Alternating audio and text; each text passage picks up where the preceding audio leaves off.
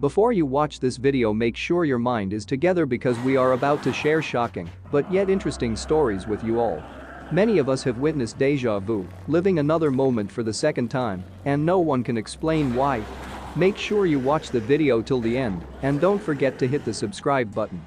The World War II pilot. James Leininger, a 4-year-old Louisiana boy who believed that he was once a World War II pilot who had been shot down over Iwo Jima. Bruce and Andrea Leininger first realized that James had these memories when he was 2 and woke up from a nightmare, yelling, "Airplane crash. Plane on fire. Little man can't get out."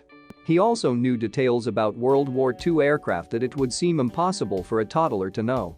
For instance, when Andrea referred to an object on the bottom of a toy plane as a bomb, James corrected her by saying it was a drop tank.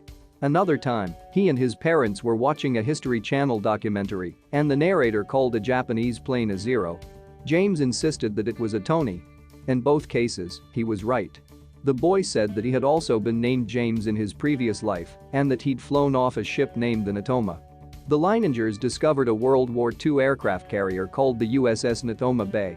In its squadron was a pilot named James Huston, who had been killed in action over the Pacific. James talked incessantly about his plane crashing, and he was disturbed by nightmares a few times a week. His desperate mother contacted past life therapist Carol Bowman for help. Bowman told Andrea not to dismiss what James was saying and to assure him that whatever happened had occurred in another life and body, and he was safe now. Andrea followed her advice, and James' dreams diminished. His parents co-authored Soul Survivor, a 2009 book about their family's story. Professor French, who is familiar with Dr. Tucker's work, says the main problem with his investigating is that the research typically begins long after the child has been accepted as a genuine reincarnation by his or her family and friends. About James Leininger, French says, although his parents insisted they never watched World War II documentaries or talked about military history, we do know that at 18 months of age, James was taken to a flight museum where he was fascinated by the World War II planes. Born in Seattle in 1991, Sonam Wangdu was only 2 years old when he realized he was actually the 4th reincarnation of the original Tibetan Lama. Lama is the Tibetan word for guru, Deshing Rinpoche. The realization was the culmination of a number of signs that had been accumulating since before the boy was even born.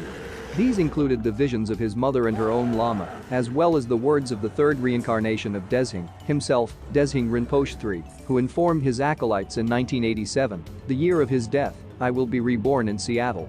In 1996, the boy, who by then only answered to the name Trulku La, which means reincarnation, left his family forever to be raised by monks while studying Tibetan Buddhism in Kathmandu, Nepal, and eventually becoming the head of a monastery there.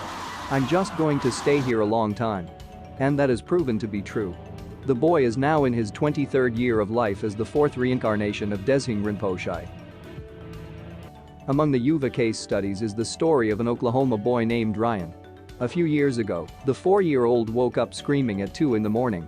Over the preceding months, he'd been pleading with his bewildered mother, Cindy, to take him to the house where he'd lived before. In tears, he'd beg her to return him to his glittering life in Hollywood, complete with a big house, a pool, and fast cars that was so fabulous. He once said, "I can't live in these conditions. My last home was much better." When Cindy went into her son's room that night, Ryan kept repeating the same words, "Mommy, I'm so homesick," as she tried to comfort him and rock him to sleep. He was like a little old man who couldn't remember all the details of his life. He was so frustrated and sad, Cindy says. The next morning, she went to the library, borrowed a pile of books about old Hollywood, and brought them home. With Ryan in her lap, Cindy went through the volumes. She was hoping the pictures might soothe him. Instead, he became more and more excited as they looked at one particular book. When they came to a still of a scene from a 1932 movie called Night After Night, he stopped her. "Mama," he shouted, pointing to one of the actors, who wasn't identified. "That guy's me. The old me." "I was shocked," Cindy admits. "I never thought that we'd find the person he thought he was." But she was equally relieved. Ryan had talked about his other life and been so unhappy, and now we had something to go on. Although neither Cindy nor her husband believed in reincarnation, she went back to the library the next day and checked out a book about children who possessed memories of their past lives. At the end of it was a note from the author, Professor Jim Tucker, MD, saying that he wanted to hear from the parents of kids with similar stories. Cindy sat down to write him a letter. Once been legendary athlete Bobby Jones, a Midwestern 5-year-old who shared some of the same memories and physical traits: blindness in his left eye, a mark on his neck, a limp as a long-deceased brother, and a girl in India who woke up one day and began speaking fluently in a dialect she'd never heard before. Dr. Tucker describes these cases in his book Return to Life. Extraordinary cases of children who remember past lives. Need even more proof? Check out these chilling ghost stories that turned out to be real. The children in the Yuva collection typically began talking about their previous lives when they were 2 or 3 years old and stopped by the age of 6 or 7. That is around the same time that we all lose our memories of early childhood, Dr. Tucker says.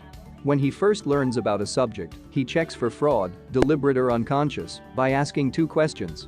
Do the parents seem credible? And could the child have picked up the memories through TV, overheard conversations, or other ordinary means?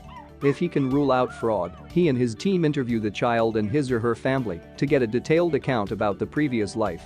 Then the researchers try to find a deceased person whose life matches the memories. This last part is essential because otherwise, the child's story